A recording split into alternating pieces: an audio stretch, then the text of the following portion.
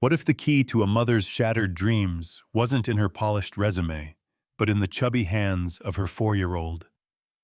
Picture this hospital beeps feverish whispers, a lifeline folder snatched in the dead of night. A pink dress flutters through city streets past oblivious crowds toward a glass tower where millionaires roam. She stands tiny against marble counters, blue eyes fierce. "Mom's sick, so I came." Whispers ripple, receptionists freeze, elevators hum in suspense. But the real tease, the CEO's door creaks open, and what unfolds next? A twist so heart-melting, it redefines family forever.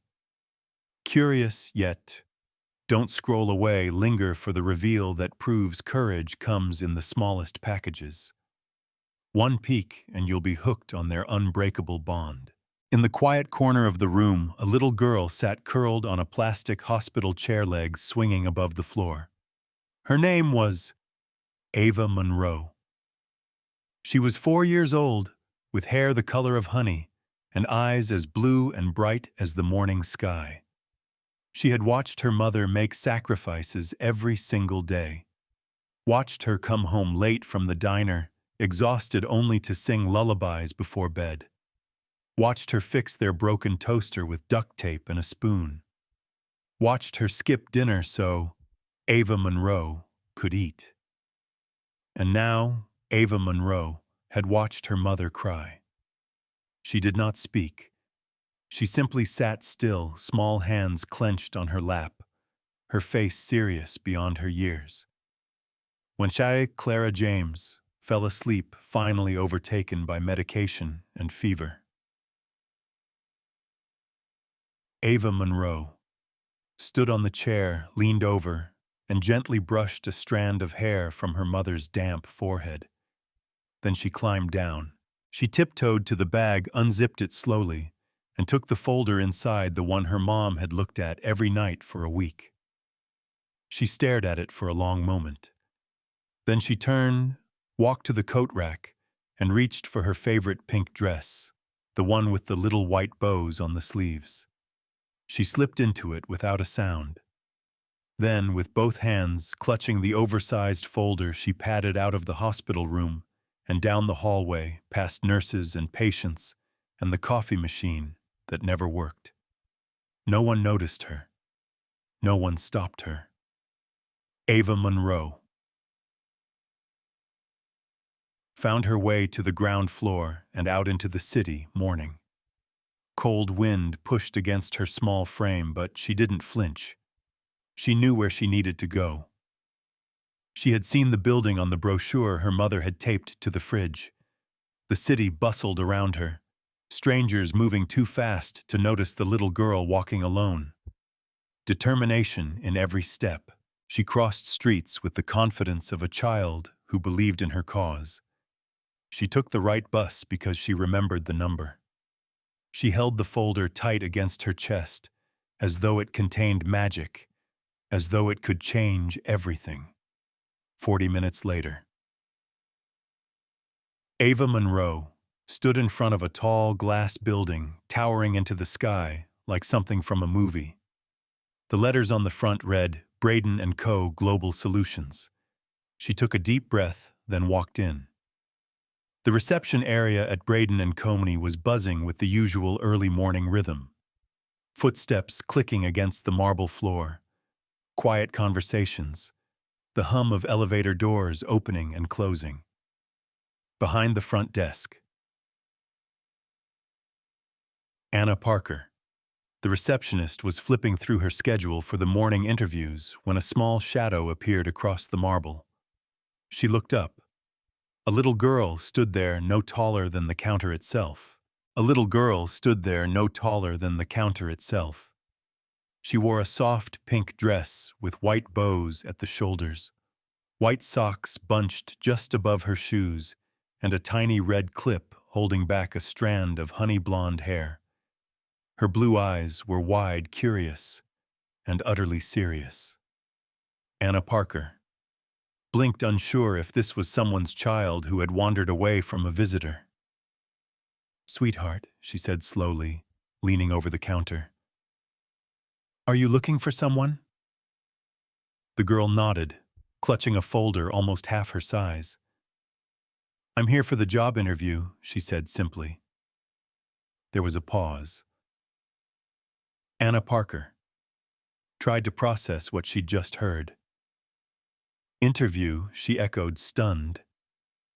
Yes, the girl said again, lifting the folder higher. It's my mom's. She's really good, but she's sick today, so I came instead. Anna Parker stared at her. Around them, a few employees slowed their pace, watching the scene unfold with growing interest. What's your name, sweetie? Ava Monroe. And your mom's name? Clara James. Anna Parker quickly scanned her list. There it was. Clara James, scheduled for 900. I am the last candidate of the morning. She hesitated. Okay. One moment. Ava Monroe. She pressed her earpiece. Julia Grace, could you inform Marcus Blake that he needs to come down? It's about the last interview. Just tell him it's important. Very. Upstairs in the sleek, glass-walled executive office overlooking the skyline, Marcus Blake sat alone at his desk. 32 years old, impeccably dressed in a tailored navy suit, he was known for being brilliant, ruthless in business, and as emotionally unavailable as he was successful. He had built his company from nothing, and along the way lost interest in small-talk holidays and anything that resembled family. He had dismissed most interview days as routine exercises in disappointment, until his assistant appeared at the door, a flicker of a smile tugging at her lips. Marcus Blake, you may want to take this one in person. He raised an eyebrow. Is it the Harvard grad or the ex-Google manager? Neither, she said. It is very unique. Just come down. Marcus Blake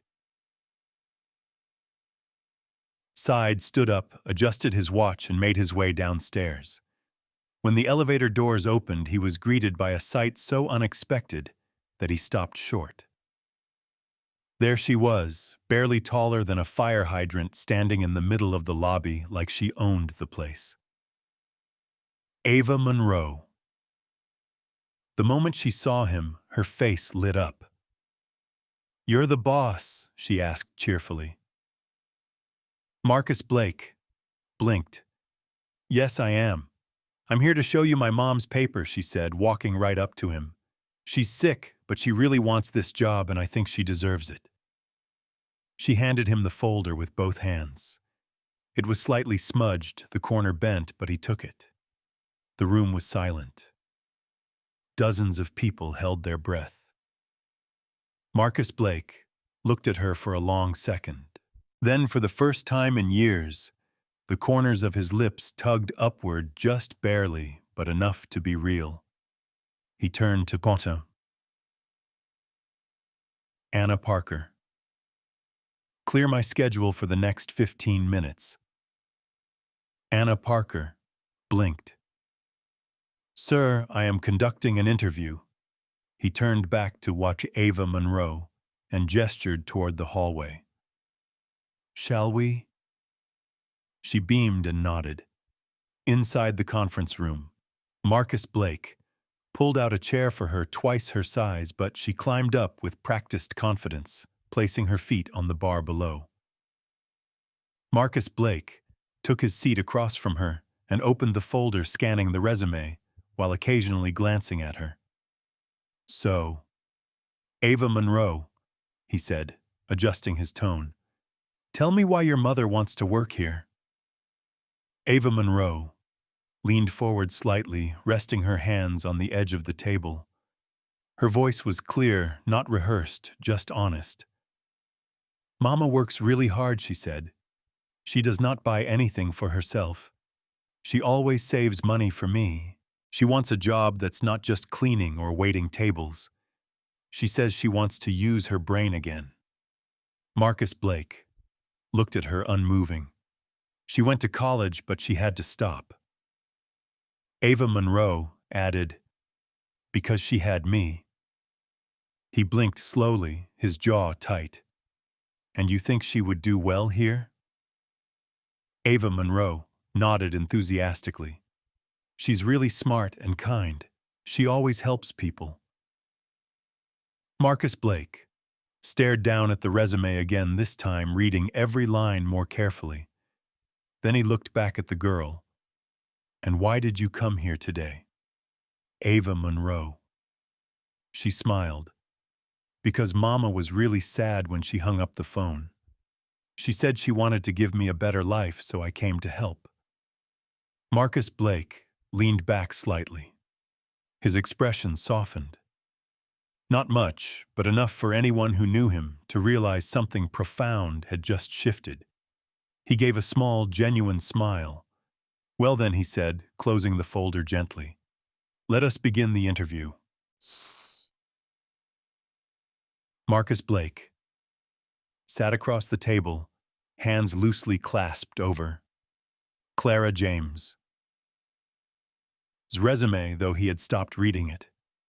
His eyes were on the little girl seated opposite him, posture straight, feet dangling, eyes bright and unwavering. He spoke with unusual gentleness. Can you tell me, he asked, what your mom is like? Ava Monroe.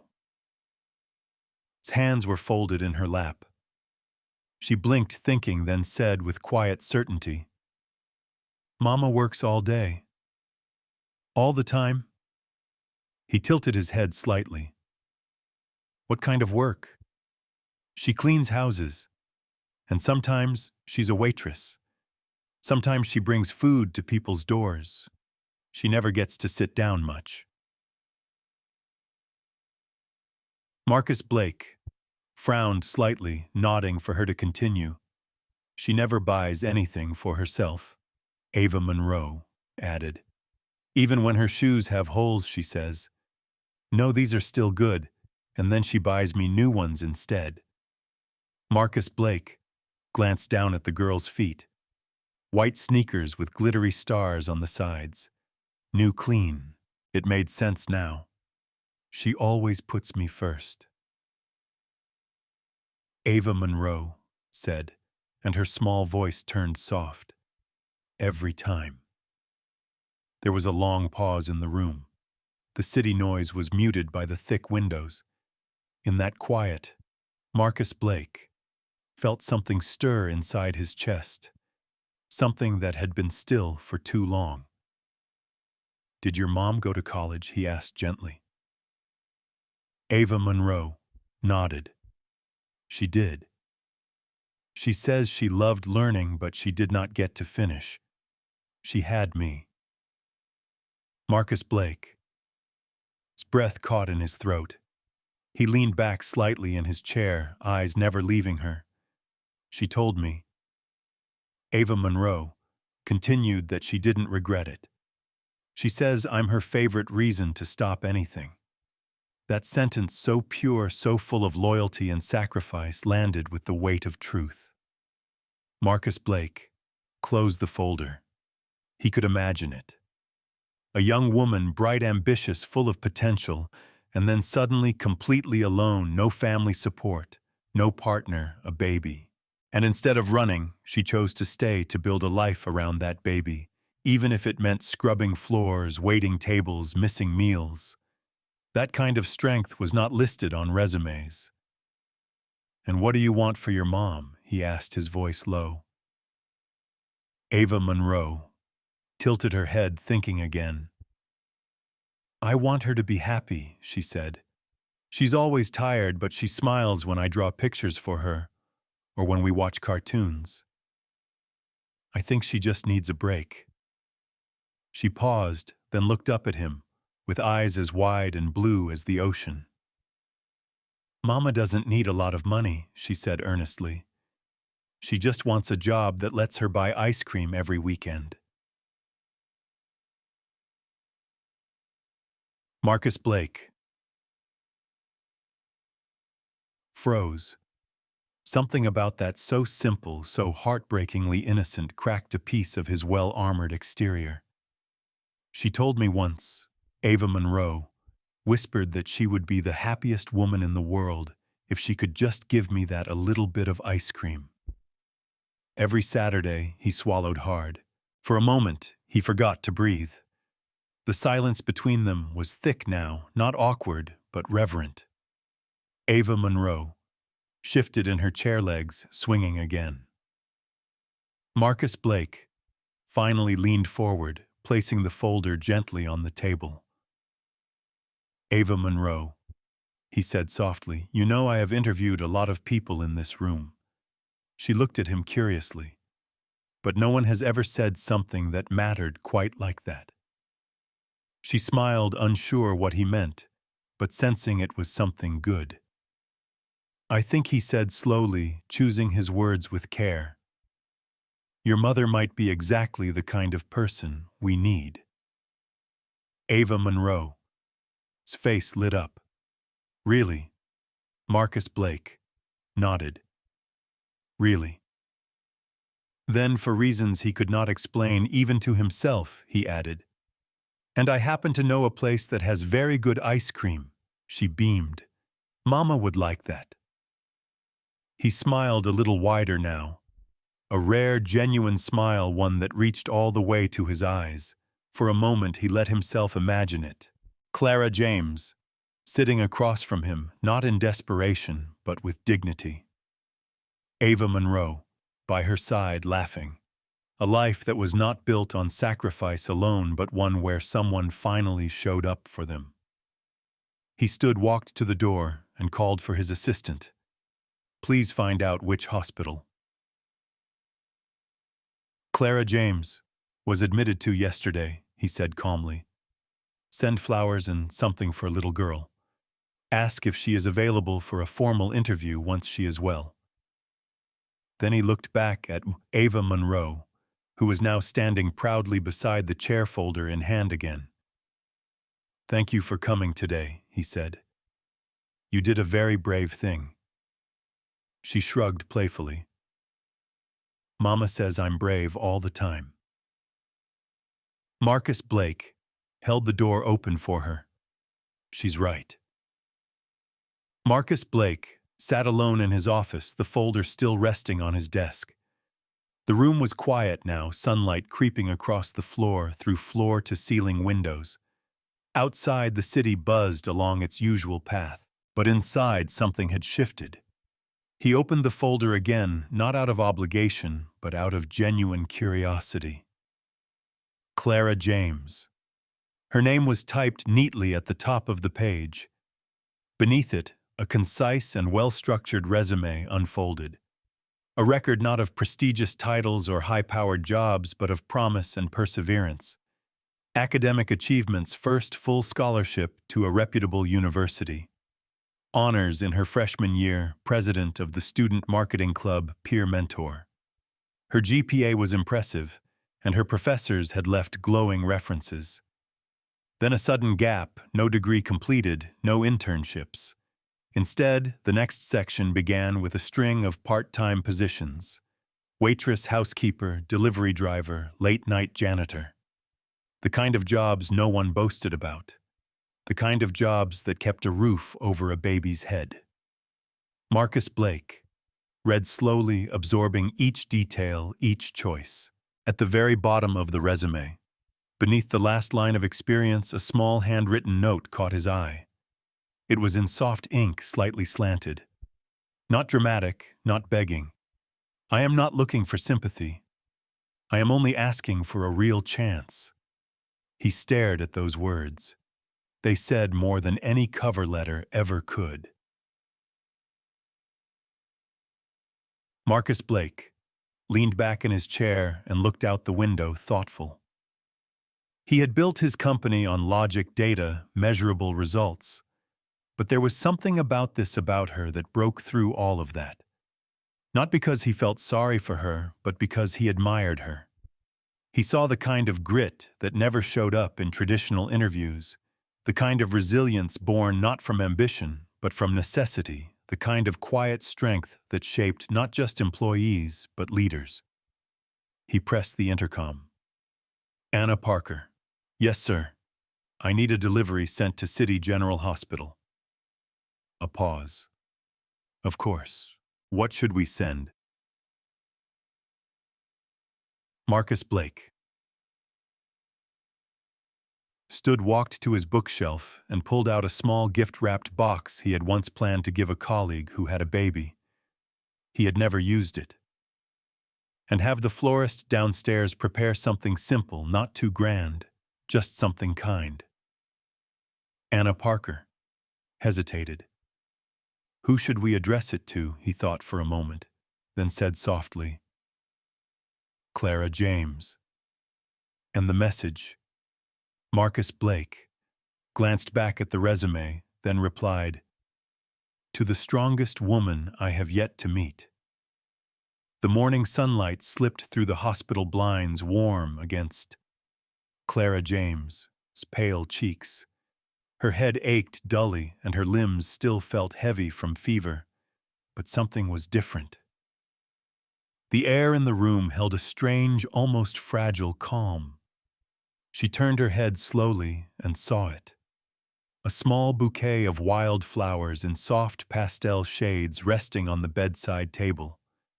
Next to it was a neat little box wrapped in simple cream paper with a satin ribbon. A note leaned against the flowers. Confused. Clara James reached for it with trembling fingers. To the strongest woman I have yet to meet. Her heart skipped. She sat up straighter, blinking in disbelief. It was addressed to her. Carefully, she opened the box to find a small pack of chocolate milk and a handwritten card. Nothing extravagant, but impossibly thoughtful. Ava Monroe. Her stomach dropped. She reached for her phone with panic tightening in her chest. She had been too weak to stay awake last night. What had her daughter done? Fumbling, she dialed the company's number listed on the printout she had kept in her bag. A soft female voice answered Braden and Combu. This is Anna Parker. Speaking. Hi. Hello. This is Clara James. She said, her voice still. I think there's been a misunderstanding. My daughter, she's only 4. I think she may have come to your office yesterday with my resume. I'm so sorry. She didn't mean any harm. She just... The woman chuckled gently on the other end. Miss Clara James. No need to worry. In fact, your daughter might be the bravest person to ever walk into our lobby. Our CEO was very impressed.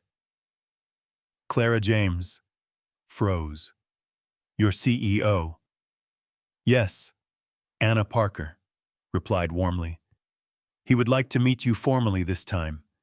If you're feeling better, he's cleared some time this afternoon. Clara James's breath caught. Are you sure? We are very sure. That afternoon, Clara James stepped out of a cab in front of the towering Braden and Company building. She clutched her bag tightly, her legs still weak, her cheeks flushed from the lingering fever. She had changed into a simple navy blue blouse and skirt, not the best she owned, but the cleanest. Her blonde hair was tied back neatly. She tried to steady her nerves, but her heart thudded relentlessly in her chest. Inside the lobby, the receptionist greeted her like an old friend. Miss Clara James. Welcome back. Anna Parker said kindly. He's expecting you. Clara James followed her through a series of quiet hallways and into an elevator. The silence inside the lift was filled with every kind of fear and hope she had carried for years. When the doors opened on the top floor, Anna Parker stepped aside. He's in there. Clara James nodded and walked in. The office was spacious and modern, filled with natural light. At the large glass desk near the window stood a tall man with dark hair and an air of calm precision. Marcus Blake. He looked up and smiled. A real smile, not polite, not forced. "Miss Clara James," he said, stepping forward. "I'm glad you're feeling better." Clara James's eyes widened slightly. She felt suddenly very small in the room, aware of her flushed cheeks and trembling hands. "Thank you. I'm so sorry about my daughter." Marcus Blake raised a hand, stopping her gently. "There's nothing to apologize for," he said. "She gave one of the most compelling presentations I've ever witnessed." Clara James blinked. He gestured to the chair in front of his desk. "Please have a seat." She sat, legs crossed, at the ankle bag on her lap like a shield. Marcus Blake sat down too, and for a moment he simply studied her. "You know," he said, tapping the folder on his desk, "I have read thousands of resumes, but yours came with the most remarkable letter of recommendation I've ever received." Clara James' lips parted slightly, her heart thudded. Marcus Blake smiled again, softer this time. "She believes in you more than anyone I've ever met believes in anything." Clara James lowered her eyes for a moment, the heat rising to her cheeks. She's my whole world. I can tell." Marcus Blake said, "Which is why I would very much like to see what you can do here." Clara James looked up, hope flickering bright in her eyes. Clara James' first day at Braden and Compton felt like stepping into another world. The glass walls, the constant clicking of heels, the quiet hum of efficiency. It was everything she had once dreamed of, and everything she feared she might never be good enough for.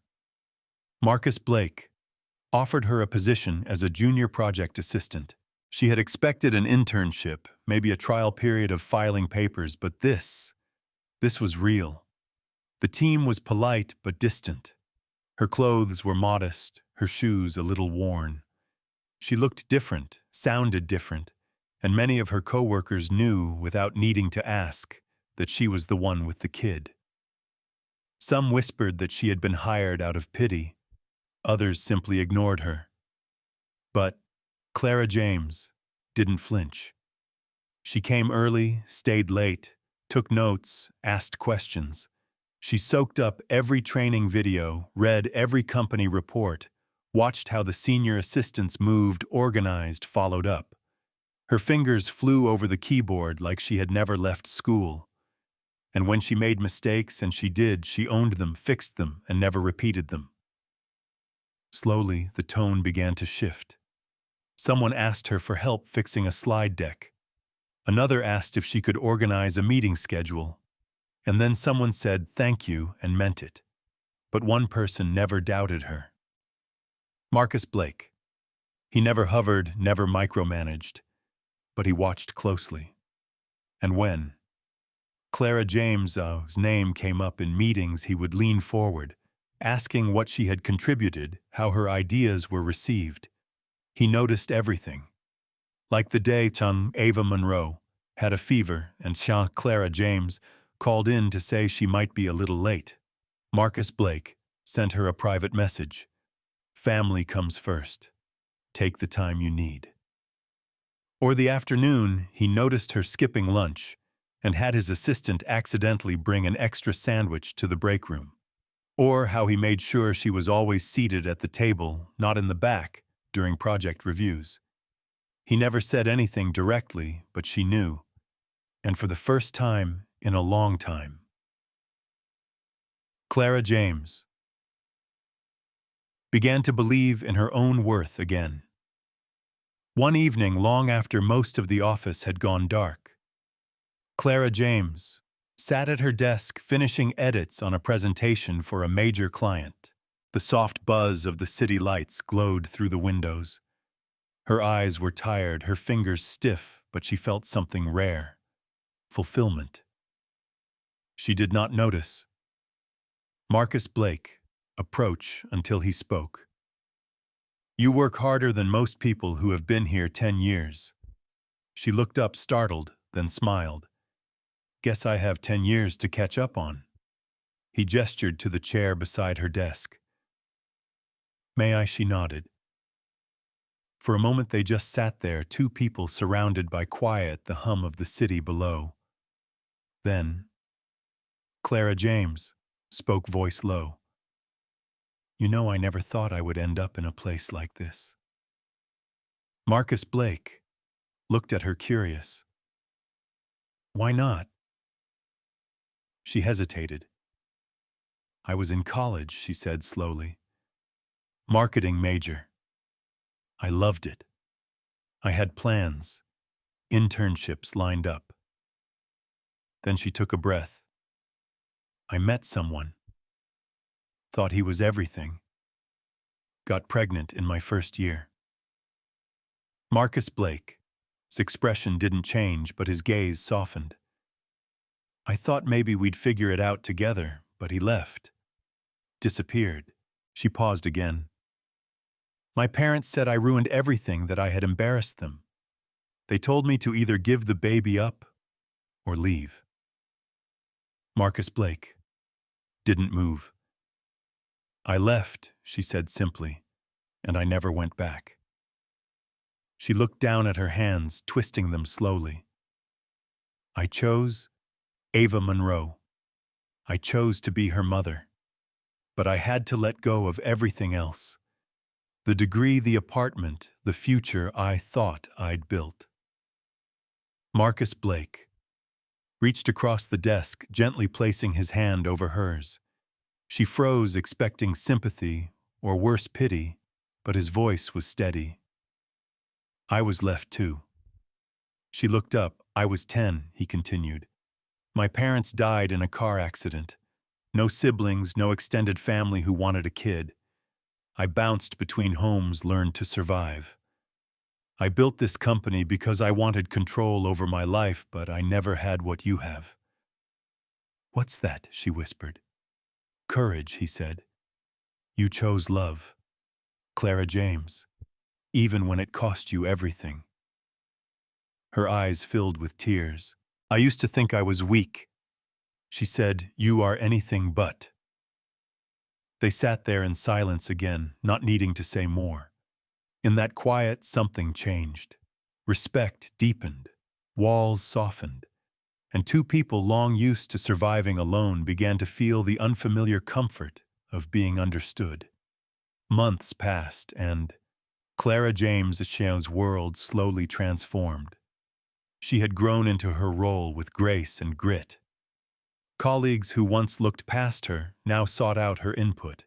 She was no longer just the assistant. She became the one who caught mistakes, offered quiet solutions, and delivered results with consistency and care. Her name carried weight, and it was spoken with respect. Marcus Blake watched all of it unfold. He no longer had to monitor her progress. Her work spoke for itself. But he still found reasons to check in. Small excuses, questions he already knew the answers to, and when he walked past her desk, his gaze often lingered just a little longer than it should. It wasn't just Clara James he had grown attached to. It was Ava Monroe. Every Friday afternoon, Ava Monroe arrived at the office after preschool, skipping down the hallway like it belonged to her. She sat on Marcus Blake's office couch with coloring books, tiny shoes swinging as she waited for Uncle Marcus Blake to finish his calls. Sometimes he canceled his last meeting of the day just to take her out for a milkshake. They had their rituals. She called him boss man when she wanted his attention. He called her the real CEO. At company picnics, she rode on his shoulders. In the lunchroom, she always saved him the last cookie. Clara James saw all of it, and each moment left her heart fuller and more frightened. She had loved quietly for so long, buried her hopes beneath practical needs. Now love was staring her in the face every day, and it was smiling, carrying her daughter on its shoulders. One evening, the three of them sat in Sarksul. Marcus Blake on office after hours. Ava Monroe was curled up in the corner with a juice box, humming as she colored in a sketch pad. Clara James and Pike Marcus Blake were finishing up a project recap. Laughter easy between them. The kind of laughter that belonged to people who had seen each other's scars and chosen to stay anyway. When they finished, Clara James leaned back, stretching. "She's tired," she said, glancing at Ava Monroe. Marcus Blake looked over. "We can carry her down." Clara James smiled, then stood. "Let me grab her bag." As she turned away, she heard Ava Monroe, small voice behind her. "Mommy." Clara James turned. "Can I call Uncle Marcus Blake?" "Daddy." The room went completely still. Marcus Blake froze. Clara James stared, the bag slipping slightly from her fingers. Ava Monroe looked up, innocent and sincere, "Because he always picks me up and brings me ice cream. And he reads to me like you do. And he makes you smile." Clara James's eyes filled instantly, her breath caught in her throat.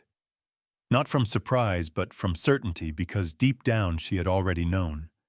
She had known from the way Marcus Blake looked at Ava Monroe like she mattered. From how he spoke to Clara James, like she belonged, from the quiet safety she felt in the spaces between them. This man who had once built walls of steel around himself had let them in. And somewhere along the way, they had built something neither of them expected. Family. She knelt in front of Ava Monroe, voice soft and trembling. "You can call him whatever feels right to you, baby." Then she turned toward Marcus Blake, afraid of what she might find in his face. But he was already walking toward them. He crouched down beside them, both eyes gentle. He looked at Ava Monroe, then at Clara James. "I would be honored," he said. Clara James broke. Tears spilled freely now, not of fear or even relief, but of something far deeper. Belonging. 1 year later, Clara James was no longer just the nervous young mother who had walked into Braden and Company with nothing but hope and a resume. She was now Clara James, project team lead. Confident and poised, she led meetings, guided junior staff, and earned praise from every corner of the company. Her name showed up on success reports and in conversations that mattered, and always close by, quietly and constantly, was Mopam. Pashku's Pahing. At first, their relationship was private, not from shame but respect for their roles for the company and for each other. But as weeks turned into months, it became impossible to hide. Marcus Blake brought Ava Monroe her favorite pastries on Monday mornings. Clara James was the only one allowed to interrupt his meetings, and the way their eyes met across the room told a story no one needed explained. It was never office gossip. It was something real, something people quietly rooted for. Clara James earned the admiration of her team not just for her work ethic, but for her kindness. She knew birthdays helped with late-night projects and remembered what it felt like to be overlooked. Ava Monroe too, had become part of the company's fabric. She had her own seat in the break room, a drawer for crayons in the supply cabinet, and a fan club made up of executives and interns alike. She once opened a quarterly meeting with a cheerful good morning team, and no one forgot it. To many, she was the company princess. To Tim Marcus Blake, she was simply his daughter. On the night of the annual Christmas gala, the ballroom sparkled with soft gold and forest green. Fairy lights hung above velvet-covered tables. Music played, laughter echoed, and champagne flowed. Clara James stood by the grand tree in a deep blue gown glowing with quiet grace. Her blonde hair shimmered, her smile calm and assured. Ava Monroe twirled nearby in a white dress, silver shoes flashing beneath her as she laughed and danced. Marcus Blake stood just a few feet away, drink in hand, dressed in black tie, watching them both. His smile was different now, warm, open, deeply content. He had once kept himself apart from these things. Tonight he stayed close, not for show, but for love. Later, someone tapped a glass. The room quieted. Marcus Blake stepped forward. I know this is the time of year when we usually talk numbers, growth, and goals, he began, glancing toward Clara James. But tonight, I want to talk about something that changed my life. He looked toward Ava Monroe, now enjoying 2 cookies with frosting on her cheeks. A year ago, I received the most unexpected job application I've ever seen. It was hand-delivered by someone about 3 feet tall, wearing a pink dress, holding a resume twice her size. Laughter rose around the room. Clara James covered her face, tears threatening already. Marcus Blake smiled, then grew more serious. That little girl walked into my office with no fear. She looked me straight in the eye, and in that moment, she brought more than a resume. She brought hope, courage, and the beginning of something I never knew I needed. He stepped towards Clara James and Ava Monroe, and gently pulled them close. To both of you, he said softly, eyes misty now. Thank you for showing up, for holding on, and for walking into my life exactly when I needed you. Then turning to Ava Monroe, he whispered with a smile, for stepping into my office in that pink dress, holding that giant resume. Applause erupted. Glasses clinked, and beneath the sparkling lights, they stood together not as CEO, employee, and child, but as something much more lasting, as a family. A family born from bravery, faith, and one unforgettable walk into the unknown. And so, a little girl in a pink dress, armed with nothing more than love, courage, and her mother's resume, walked into a world that wasn't meant for her and changed it forever. Sometimes family is not about where we come from, but who walks beside us when life gets hard. And sometimes love finds us in the most unexpected places, like a boardroom, a hospital bed, or the heart of a child. If this story touched your soul the way it touched ours, we invite you to become a part of our growing family. Subscribe to Soul-Stirring Stories for more true-life tales that remind us all of the beauty, resilience, and quiet miracles hiding in everyday moments. Until next time, keep your heart open. You never know what story might walk into your life.